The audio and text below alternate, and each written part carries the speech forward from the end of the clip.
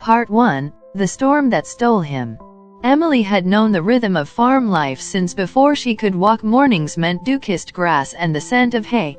Evenings were painted in golden light and the soft sound of hooves on dirt. But the heart of it all, the pulse that made her world beat stronger, was Copper. He wasn't the biggest horse in the stable, nor the fastest. But he was hers. A chestnut gelding with a white blaze on his forehead that Emily said looked like a crooked star. He had been born the same spring Emily turned 5, and from the moment she reached out her tiny hand and he leaned his nose into it, something unspoken passed between them. A connection. A promise. They grew up side by side. Emily learned to ride on Copper's strong back. He learned to follow her whistle, a high-pitched call she had made up one summer day and never stopped using. It became their language. When he heard it, he'd come trotting across fields, no matter where he was. If she was sad, he would press his head against her shoulder and breathe with her, slow and steady, like the world could wait. But even the strongest bonds can't hold back a storm. That night, the skies turned a color Emily had never seen before. Dark green, heavy, and humming.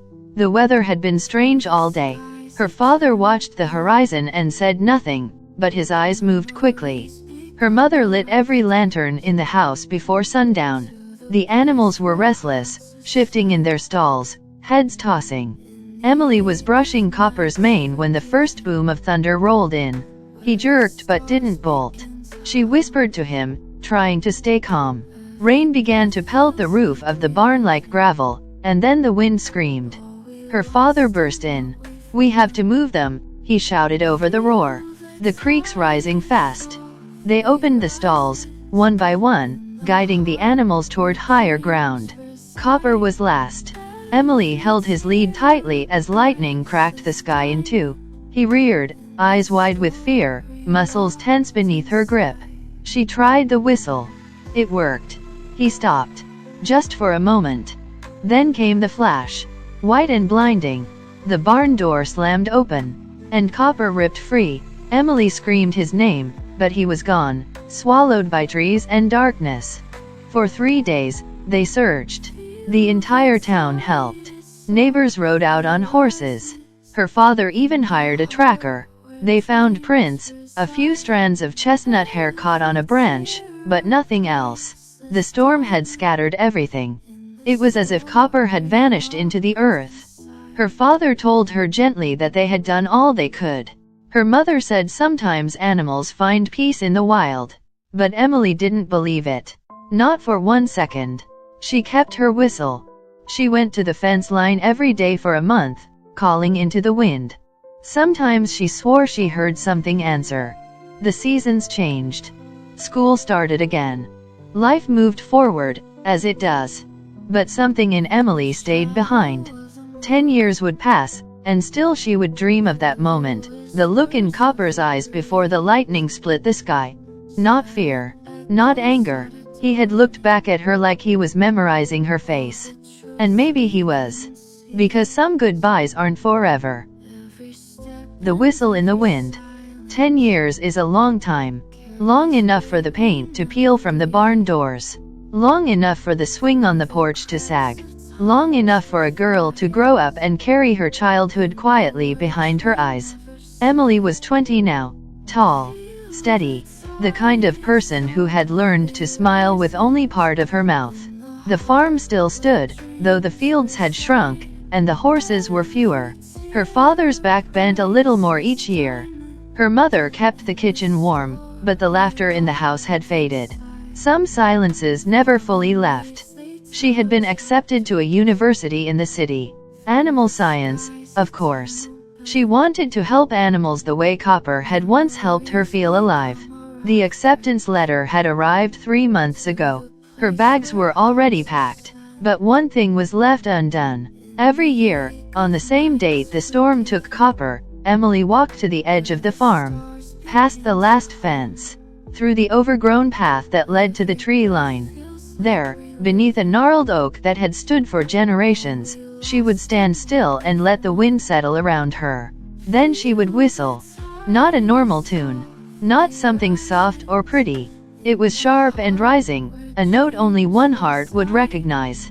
The whistle she had created as a child. The one Copper used to follow from across the fields. She did it the first year after he disappeared. And the second.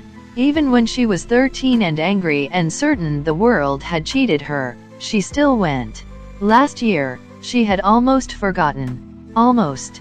Now, on the eve of leaving, she knew this would be the last time. Her fingers trembled as she tucked her hair behind her ears. The wind was restless. The clouds were thick, but the sun peeked through in thin gold streaks. A storm was not coming. Not this time. She raised her fingers to her lips and whistled. The sound sliced the quiet. A minute passed. Then two. No response. No sound of hooves on leaves. No movement in the tall grass. She exhaled slowly, blinking back something that felt like both sadness and relief. Maybe it was time. Time to let go of a dream. Time to stop hoping. She turned to leave. That's when the wind shifted. It wasn't much. Just a flicker. A rustle from the far side of the field. She froze. Her heart thudded in her chest, sudden and wild. She turned back toward the trees, eyes scanning the edge of the woods. Nothing. And yet, there was a feeling. Like being watched. But not with danger. With memory. She waited. Minutes passed. Silence returned. Finally, she whispered to herself, not expecting an answer. I still remember you. The wind answered, lifting the tall grass in soft waves. She walked back to the house without looking over her shoulder again. That night, she couldn't sleep. She kept replaying that sound in her mind. The shift in the trees. The way the air had felt different, like something had paused to listen. She almost convinced herself it was just the wind. Almost. But deep in her chest, something old and stubborn whispered back. What if it wasn't? Part 3, Hoofbeats in the Twilight. The next morning, the sky was clear, blue and endless, as if the storm from 10 years ago had finally loosened its grip on the land. Emily stood on the porch with a mug of coffee, watching the field stretch out like a memory she couldn't quite touch. Her suitcase sat by the door, zipped and ready. Her father was loading the truck slowly, carefully. Her mother had tucked a note into her lunch bag, like she used to do in 3rd grade. Everything was in place. But Emily's mind was somewhere else. She kept glancing toward the tree line. She hadn't told anyone about what happened the day before. The shift in the wind. The rustling in the grass. The feeling that something had listened. It sounded foolish when she tried to form the words. Who waits 10 years for a horse? But she couldn't stop thinking about it. And then she heard it. Not loud. Not close. Just faint enough that her breath caught halfway out. A sound like hooves. Rhythmic. Measured. Coming from far across the pasture. She stepped off the porch, leaving her coffee behind. Her boots found the path like they always did, muscle memory guiding her. Her heart thumped. The birds seemed to hush as she moved. She reached the old wooden gate that separated their property from the wild ridge beyond. And there on the ridge stood a figure. It was far, almost lost in the shadow of trees. A horse, chestnut brown, head high, watching. Her throat tightened. Her hands shook. Copper, she whispered, though she knew the distance was too great for sound. Then she did the only thing that ever mattered. She whistled. The same sharp call she'd made for a decade. The one that had gone unanswered for so long it had begun to feel like grief instead of hope. The horse's ears flicked forward. It didn't bolt. Didn't turn. Instead, it took one slow step forward. Then another. Emily didn't move. She couldn't. Every second stretched into forever. Her breath hung in her chest. Her eyes filled with tears that blurred the world, but she didn't blink. Closer now. The shape of his blaze became clear. That crooked star. Her knees went weak. Copper, she said again, louder this time. Is it really you? The horse stopped a few yards away. His eyes locked onto hers. So much older now. Larger. His mane tangled. His coat scarred with time but unmistakably him. The wind moved gently between them. And then he stepped forward and pressed his forehead against her shoulder, just like he used to when she was a girl. Emily buried her hands in his mane and began to cry. Not because he had returned, but because deep down, a part of her had always known he would. Part 4. The Ride Back Home. Emily stood in the field, her fingers tangled in Copper's mane, her heart pounding like it did when she was 10 years old and riding bareback through wild meadows. It didn't feel real. He was real. But the moment felt too perfect, too strange, like something dreamt 1,000 times and now finally waking up. She stepped back, just enough to see his face. His eyes were softer than she remembered. Wiser. As if the years had carved their own stories into his gaze. There were faint scars on his legs, a notch missing from one ear. He had lived. Somehow, he had survived. "Where have you been?" she whispered, wiping her face with the sleeve of her shirt. "What happened to you?" Copper snorted softly and nudged her arm. He remembered. That much was clear. The way he leaned into her. The way he stood still, waiting. Like no time had passed. Like he'd just come home from a long journey and expected her to take the reins again. She looked behind her toward the house, the truck, the open suitcase. "I'm supposed to leave today," she murmured. "College. A new life." Copper only looked at her. Unmoving. Silent. Steady. And suddenly, none of it mattered. She reached for his mane, placed her hand just where she used to, and with a gentle push from his side, she climbed on. Her legs settled into the familiar curve of his back. No saddle. No bridle. Just skin and trust and 10 years of memory holding them together. They began to walk. It was slow at first. His gait had changed. Older, maybe a little stiff. But strong. Every step carried meaning. As if he knew where to go. As if his hooves remembered every inch of the land. They passed the old fence post where she used to tie flowers when she was sad. The broken swing where she had once read books aloud to him. The willow tree with the carved heart and her name scratched in crooked letters. She hadn't seen these places in years. Now they came alive again, like pages turning back. When they reached the rise above the house, she pulled him to a stop. There was the porch. Her father stood by the truck, mouth slightly open, staring. Her mother came out behind him, holding a dish towel, eyes wide.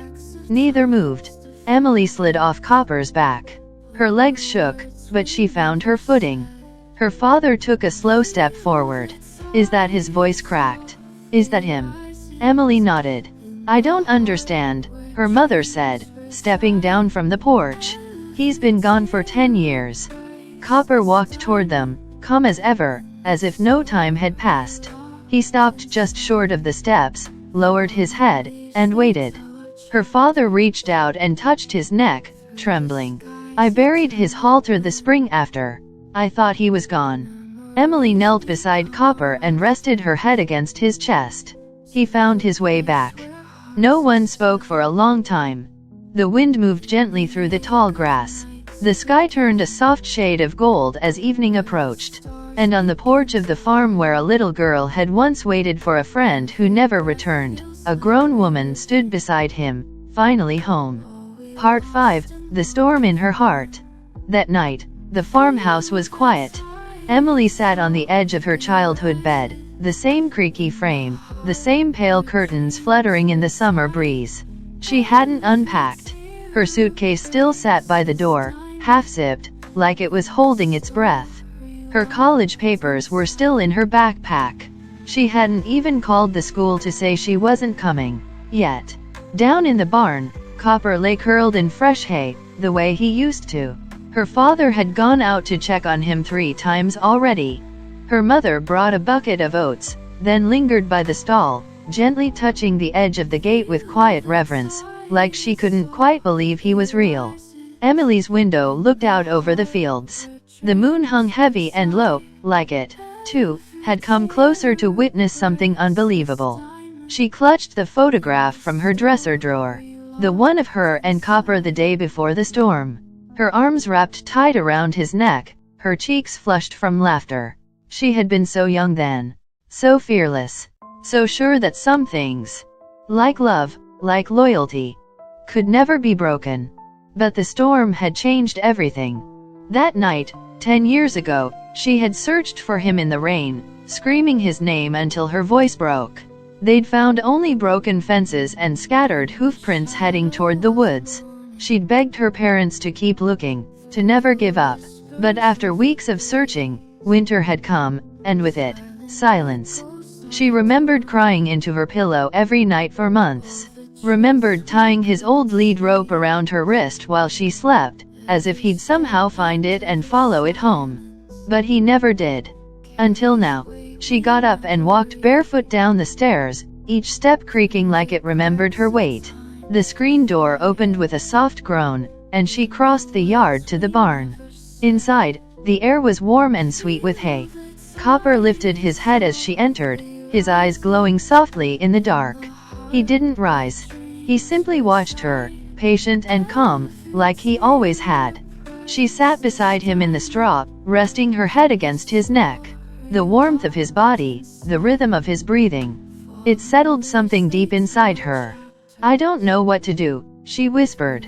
"I was supposed to leave today. I had a plan. I was going to study veterinary science. I wanted to help animals like you. That's why I chose it." Copper blinked slowly. "But now you're here. After all these years. And I don't know what the right thing is anymore." She reached up and traced the curve of his face. "You waited for me, didn't you?" Silence answered her. A silence so thick, it pressed against her chest like a weight. And in that silence, the storm inside her began to break. Tears rolled down her cheeks, but they weren't just for the lost time. They were for everything she thought she had buried. For the girl she used to be. For the promises made in secret under a willow tree. For the horse who had never truly left her, even when the world said he was gone. "I missed you so much," she said, her voice cracking. "Every day. I never stopped looking out the window. Never stopped hoping." She felt Copper's breath on her shoulder.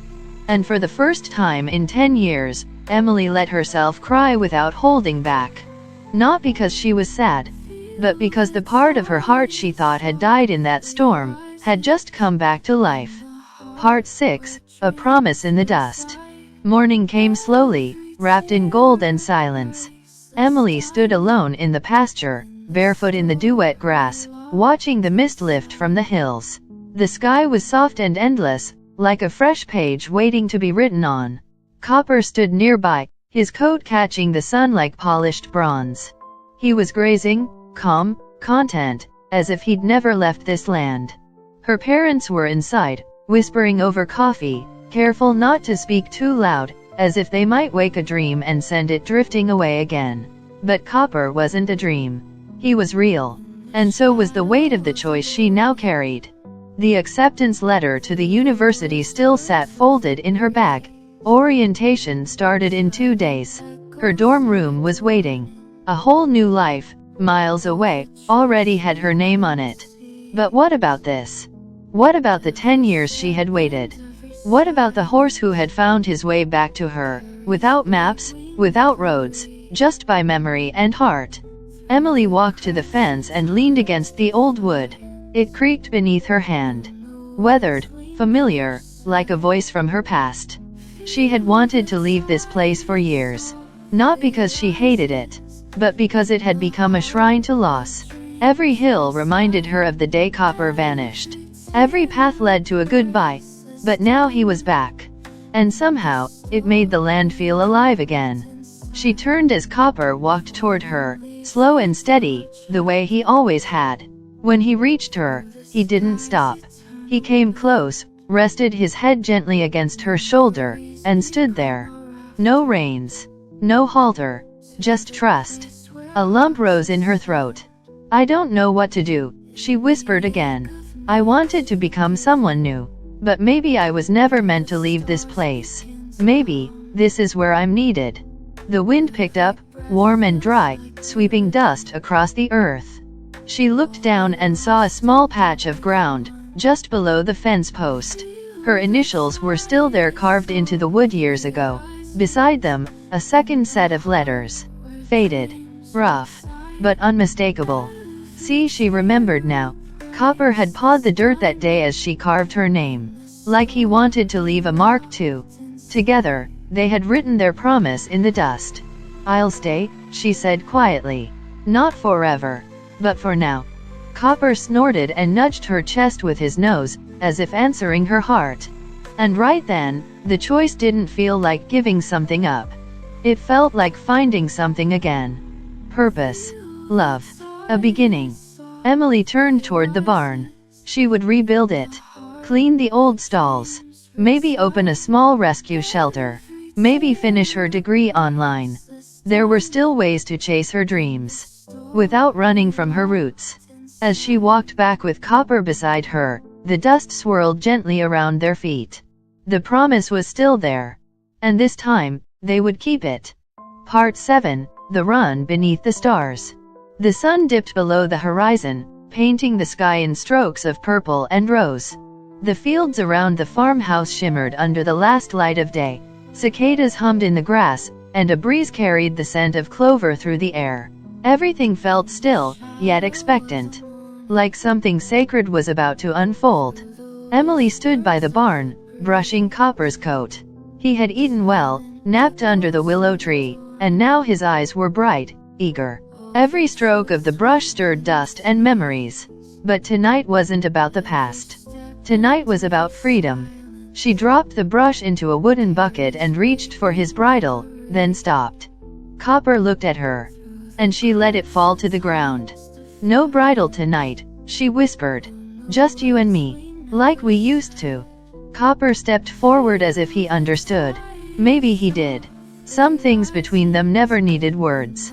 Emily led him out into the open pasture, her boots tucked beneath the fence post. Barefoot in the cool grass, she climbed onto his back the way she had 100 times before. No saddle. No reins. Just trust and heartbeat.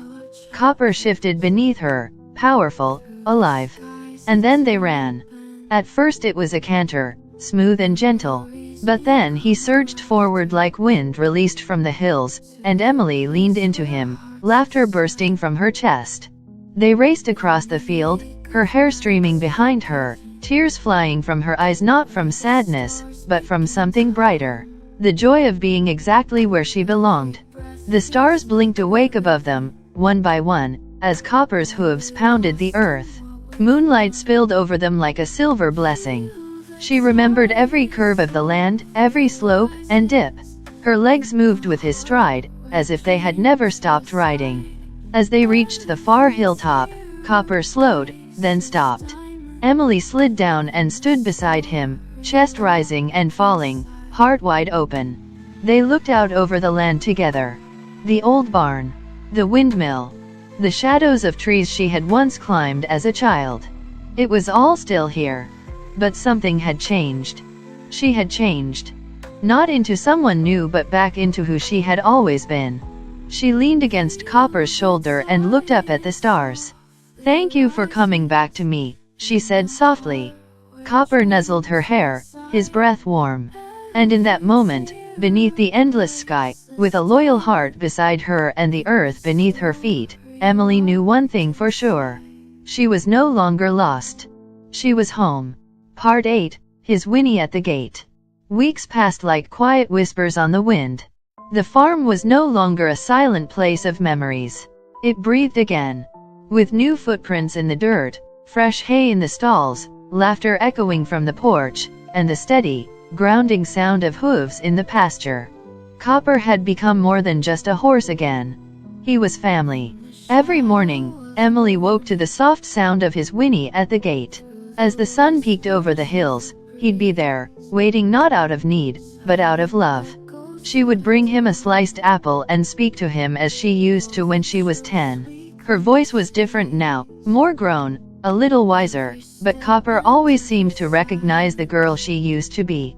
And sometimes, when the moon hung low and silver, she would sit by his side, leaning against his warm body, reading aloud from a notebook filled with her new plans. Stories she wanted to write. Dreams she would no longer leave behind.